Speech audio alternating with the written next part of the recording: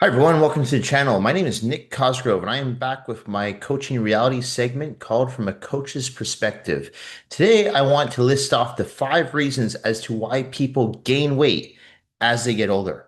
And the reason I want to talk about this today is because I have a lot of people who come to work with me who always use the excuse that, well, now that I'm getting older, my metabolism slows down.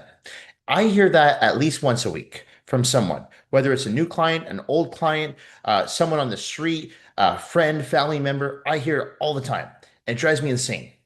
There is zero, and I mean zero, scientific data saying that the metabolism slows down as you get older. It doesn't.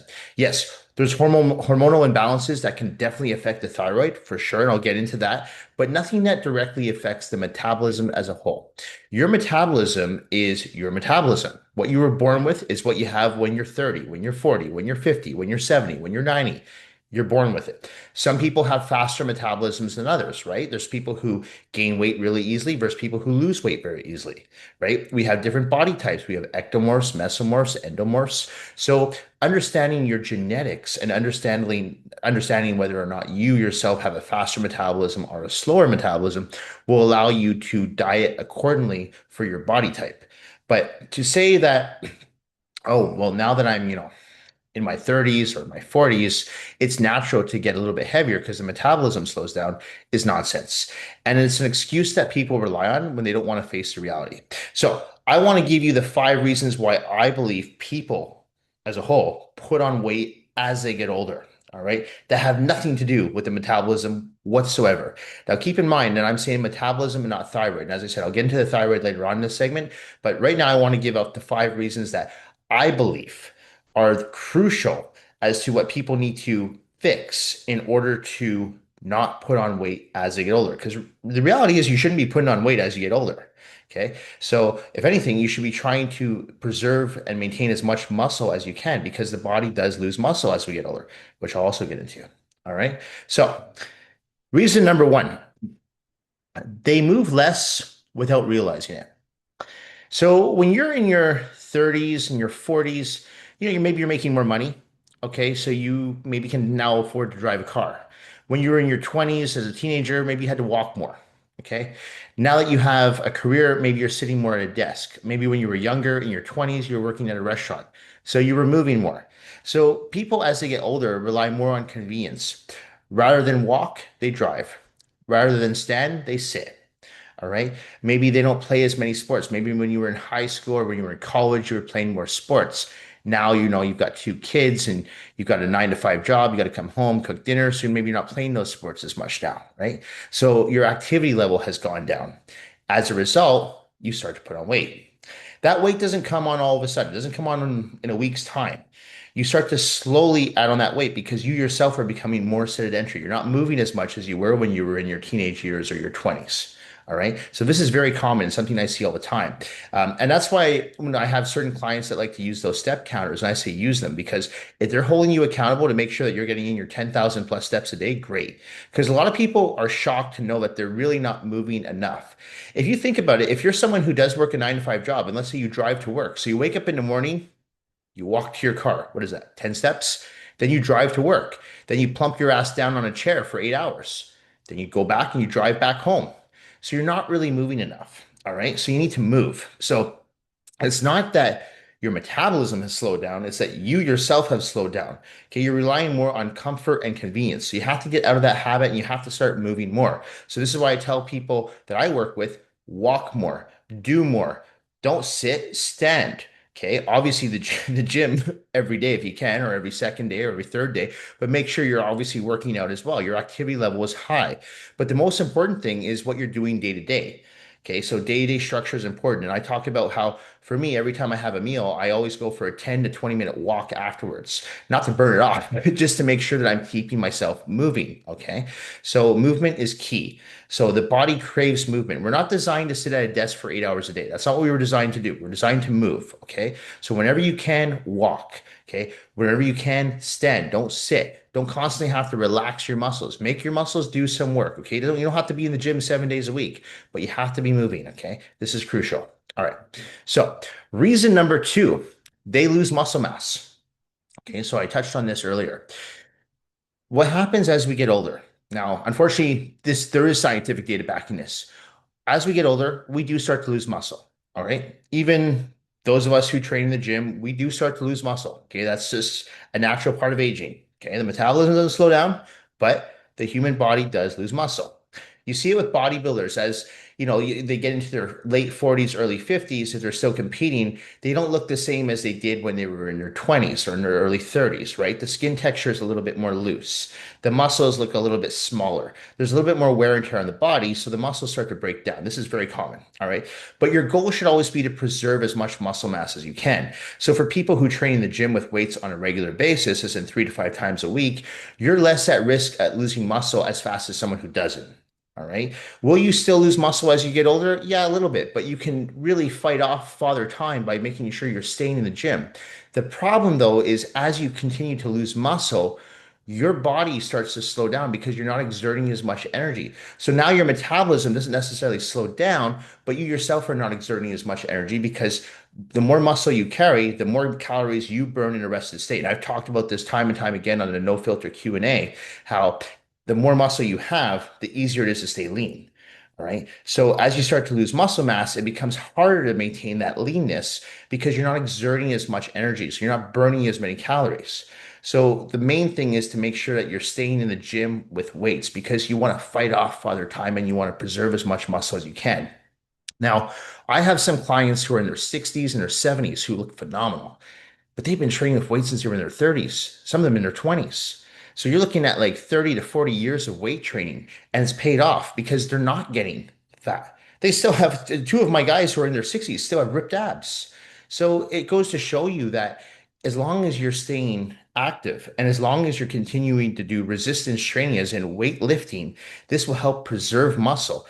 Not to mention that the more muscle mass you have, you can fight off arthritis, tendonitis, osteoarthritis. So all these things, bursitis, all these health issues that you could potentially get from not having a strong core, strong muscle mass as you get older. So this is why it's important to continue to weight train well into your 70s and your 80s. Okay, I talked about how my oldest client is 92 years old, still weight trains to this day, right? So you want to keep the weights in.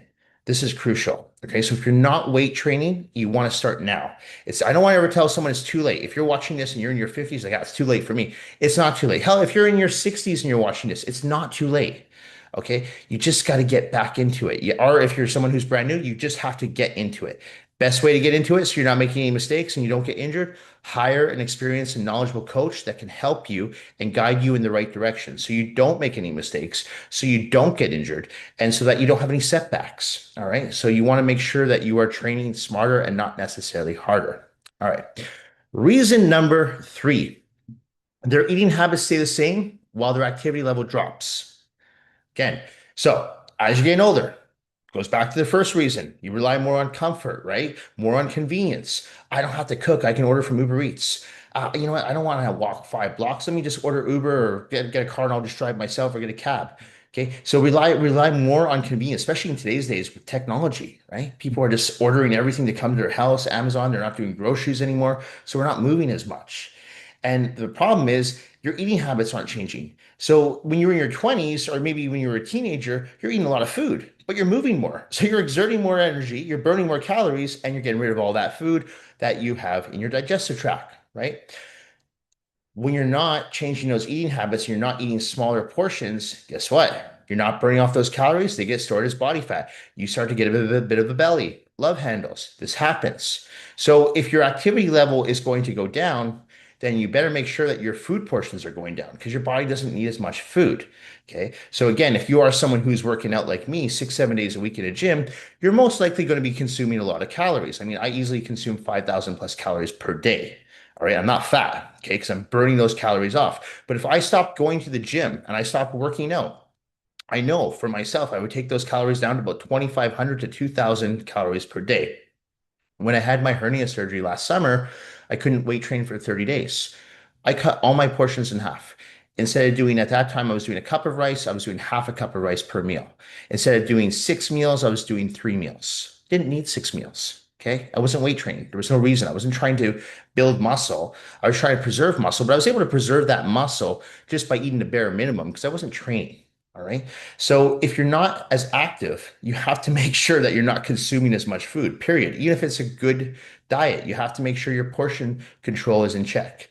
All right. So eating habits have to change if your activity level changes. If you're not working out as much, if you're not playing as much sports, if you're not walking as much, you need to consume less calories. How many calories? That will depend on your genetics, your metabolism, okay, and your activity level. All right. Reason number four, stress and sleep get worse. Unfortunately, as we do get older, there becomes more stress in our life. There does. You might have kids. There might be some family obligations. There might be financial troubles. You might have been trouble at work with your boss. Maybe you got laid off. So we get more stresses as we get older. That's very common. And I include myself in this. There's a lot more stress than there was when I was 15, 16, where I didn't really care about anything except working out. Okay. But now that I'm in my 40s, yeah, there's a lot more stresses in life for sure. Okay. So you have to learn how to manage those stresses though, because what happens is if you're very stressed out and your cortisol levels go up, this is where we talk about hormones, that can affect your metabolism. All right. That can have a negative impact on the amount of calories that your body is burning because what happens when the body is stressed, everything starts to slow down. Our body is very smart. Body's very resilient. So if you start to, for example, people who starve themselves, they'll lose weight at first, but then what happens is they stop losing weight because your body is smart. It goes, well, hold on, I'm not getting as many calories in here, so I'm going to slow things down a little bit here. I'm not going to burn as many calories. So what's going to happen is I'm going to store body fat. Okay, this is why I tell people when they're dieting not to starve themselves because it'll work for the first 2 or 3 weeks. It's going to work great for you, but then it's going to come a point where you hit a plateau because your body's saying, well, hold on a second. Now, instead of getting 2,000 calories a day, I'm only getting 1,000 calories a day, or in extreme cases, 600 calories a day. I've seen some extreme diets. Your body clocks in and goes, okay, we got to slow things down a little bit, break this food down more slowly. So you're not going to be losing fat, you're going to be losing muscle. Okay, your body's preferred source of fuel will always be muscle over fat. Our body goes into survival. Your body does not care if you look good in a bikini, could care less. Your body is only care your body's only care is keeping you alive. And body fat is necessary. Okay, we need it. So your body's going to say, oh, no, we got to hold on to this body fat. Let's burn the muscle first. So you go into what we call catabolic state. Okay, so this is why extreme dieting does not work long term. Um, what happens when you're stressed? Same thing.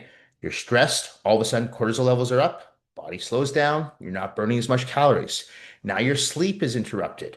You're not sleeping as well. Well, okay, you wake up in the morning, you didn't really get a good night's sleep. Now you need some caffeine, have a coffee. You know what? I need some sugar too. I need some quick acting energy. Maybe I'll have that muffin. Maybe I'll have that donut. Okay. And then you go out for lunch and I'm still feeling really tired. I need some carbs. I'm gonna have some French fries. So it becomes a vicious cycle because you're constantly relying on stimulants and sugar and simple carbohydrates to just keep you going throughout the day. This is not a good idea. Okay. So it's very important to be able to manage your stress and make sure you are getting enough sleep. So I have people that say that they're useless unless they get at least 8 hours of sleep. So if you know that, you have to make sure that you're getting those 8 hours of sleep. For me, I can operate fine on 5, 6 hours of sleep and I'm fine. Okay, that's me. But most people need 7 to 8 hours. So if you know you need 7 to 8 hours, you have to get yourself into a system to be able to shut down. So if you're someone who goes to bed at say 10 o'clock at night, start shutting things down at 9 o'clock. No more food, no more screen time. Make sure the lights are dark. If you have blackout blinds, put them down so you can really just get yourself into sleep mode. Okay, this is important because the more you sleep, the more you recover, you're going to bring those stress levels down. As far as managing stress, I mean, I'm not a psychologist, so I can't sit here and give you ways to manage your stress. However, I can tell you from someone who works out and who has experience training people, a lot of people, myself included, find that working out regular exercise as a whole helps keep stress levels down.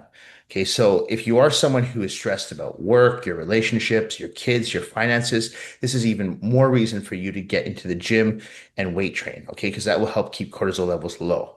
And again, the lower your cortisol levels are, the less likely you yourself are to hold on to body fat because your body will relax. Okay.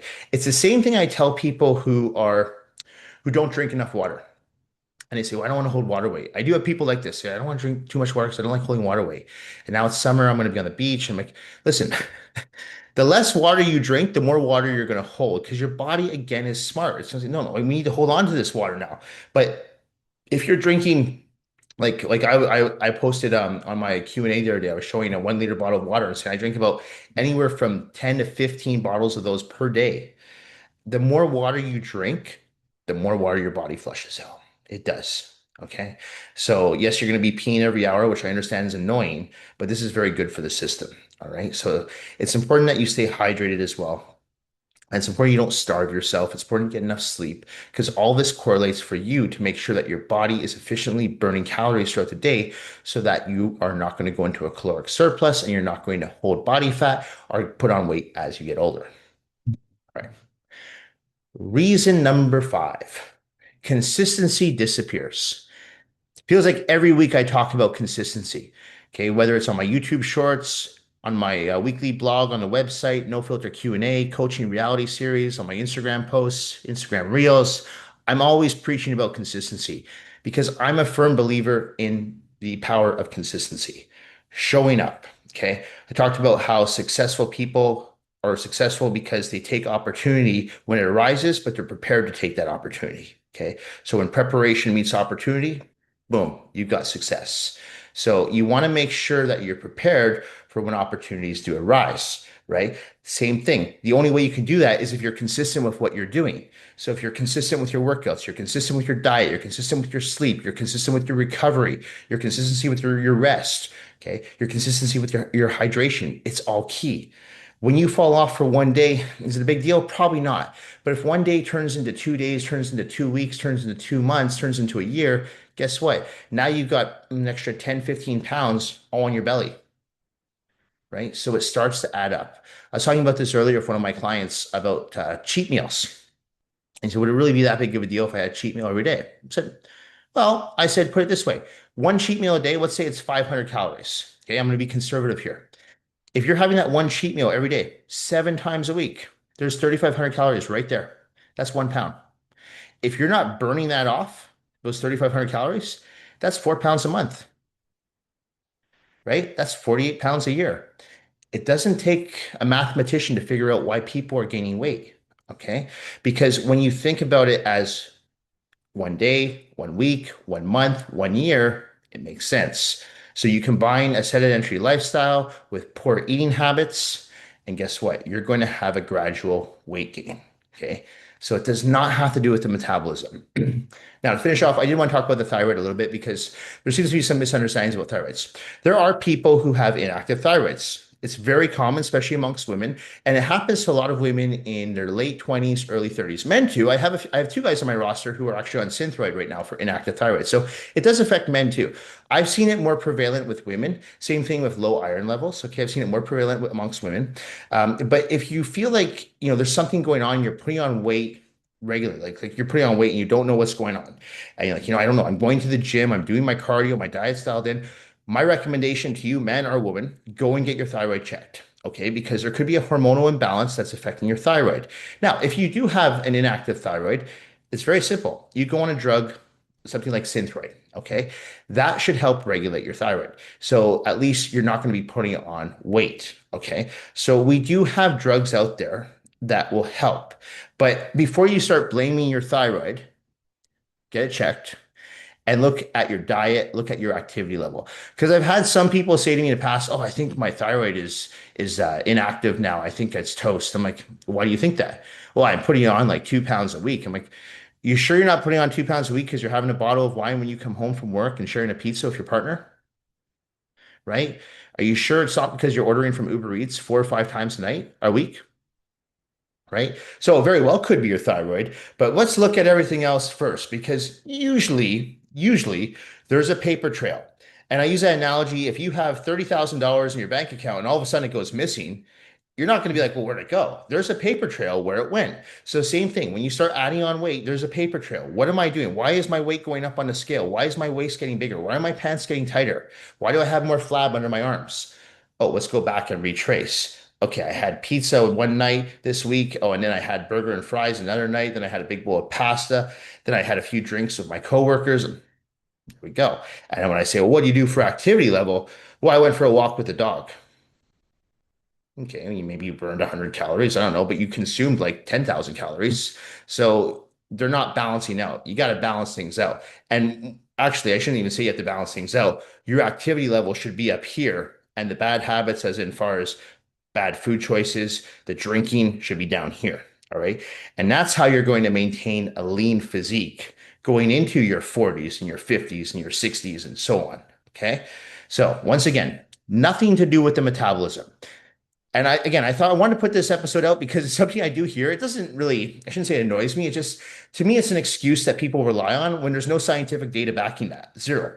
All right. So if you don't have the scientific data backing it, anyone who knows and follows me, you know I'm a science guy.